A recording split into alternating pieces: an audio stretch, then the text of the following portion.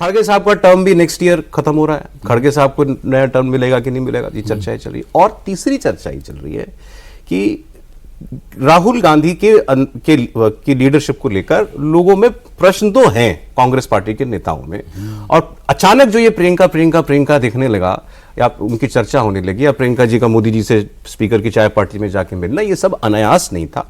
ये ऐसे असंतुष्ट लोगों को ये भरोसा देने की कोशिश है कि अभी 1+1 भी है हमारे पास ऑफर, राहुल प्लस प्रियंका जब आ जाएंगे दोनों तो फिर ये बहुत डेडली कॉम्बिनेशन बन जाएगा। तो आप थोड़ा संयम और धैर्य रखिए।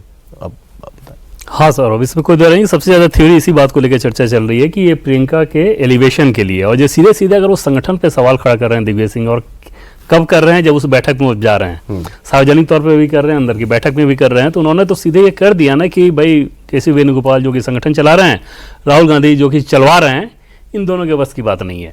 जब आरएसएस का आप उदाहरण दे रहे हो।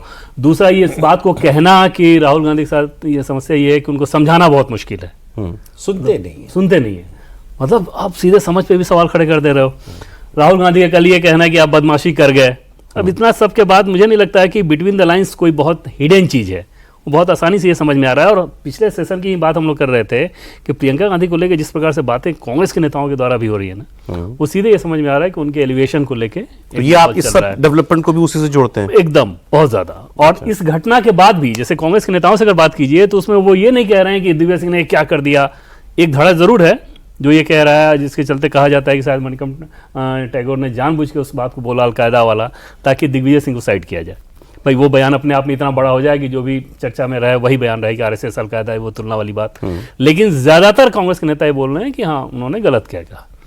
भैया अच्छा, इतनी हार के बाद तो बात स्वाभाविक से भी हो जाती है ना कि बैक टू बैक अगर लगातार आप हार रहा हो तो जो मौजूदा सिस्टम है उसमें बदलाव की अपेक्षा तो लोगों को होगी ही।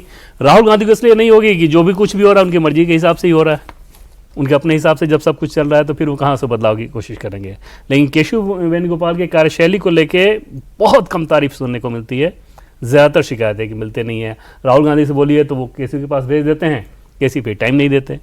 तो खासतौर पे अगर आप बार बार हार रहे हो तो ये सारी चीज़ें फिर बहुत ज़्यादा ऊपर आनी शुरू हो जाती हैं, और वो अभी आ रही हैं। और निश्चित तौर पर इस डिजाइन के तहत ये किया गया।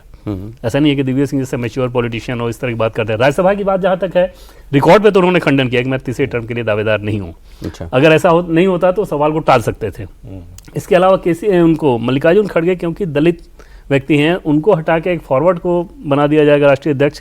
राहुल गांधी जिस प्रकार की जातिगत राजनीति करते हैं उसकी संभावना भी मुझे कम नजर आ रही है।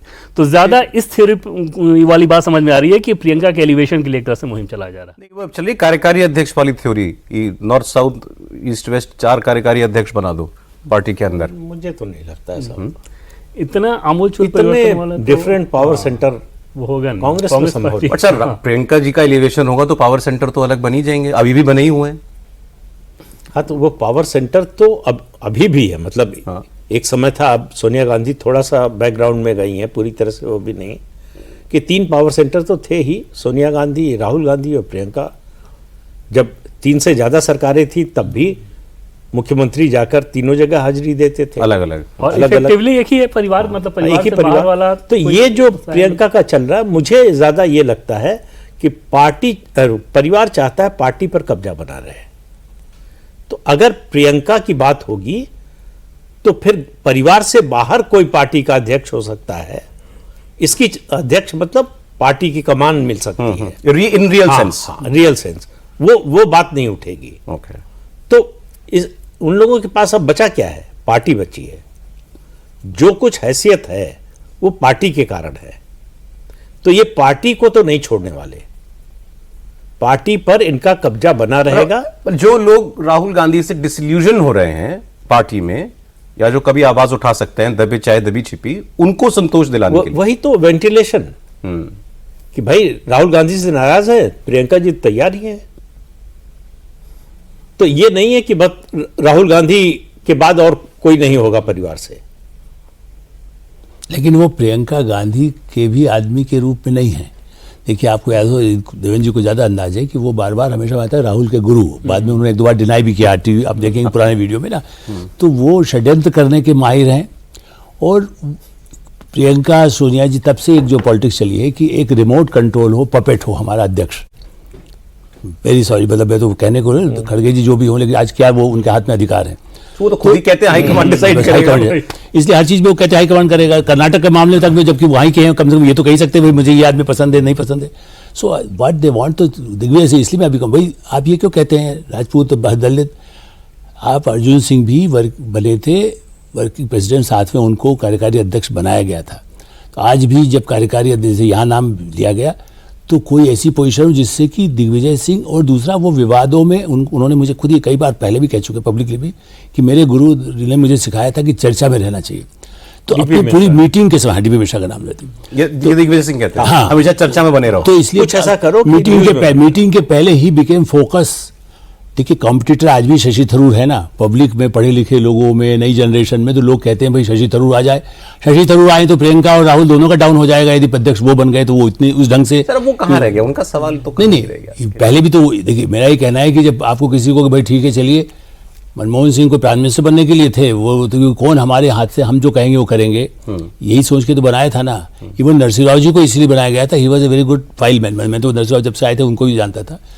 तो Rahul Gandhi is not a Sanjay Rajiv 10 साल नौकरी तो किए ना, उनकी जो बुराई अच्छाई जो आप कही वो इन्होंने तो कभी कुछ किया ही नहीं है, तो जनता से इनका कोई मतलब ही नहीं, तो इसलिए वो मिलने, he is like NGO. What Digvijay Singh said, मैं ओपनली आपको कह रहा हूँ, मेरा भी इंप्रेशन जब पहले एक ही मुलाकात उनसे जब हुई शुरू में, जब सत्ता में थे, तो आई फाउंड कि यार ये पॉलिटिशियन है, इससे क्या बात करेंगे आप। कौन, राहुल गांधी? हाँ, ही is like a NGO type का जो आदमी का दिमाग होता है ना, या वेस्ट का जो तरीका है लीडरशिप का, तो उसमें क्या है गिमिक आपने कर दिया, मोटरसाइकिल चले गए, कभी यहाँ किसी ने कहा, आपने कहा यहाँ आके खड़ जाओ, यहाँ तो नीचे जमीन पे बैठ जाना, तो जमीन बैठ जाएंगे।